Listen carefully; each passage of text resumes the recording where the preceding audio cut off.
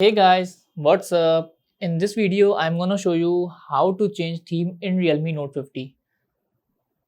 As you guys know that we don't have default themes in Realme Note 50, but we can download it by third-party application. All you guys have to do just go to Play Store and then search for themes here.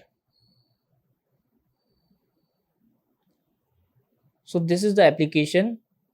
Now time to install it. After complete of installation, all you guys have to do open this and allow the permission here.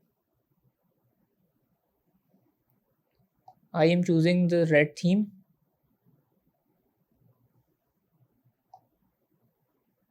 Selecting this one and then click on download on theme store.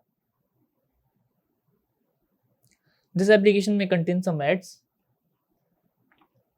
After that, select any theme and then click on apply.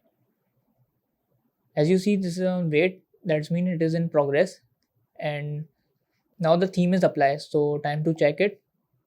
So as you see, the theme is now changed, and this is how we can change the theme in Realme Note 50. So that's it about the video.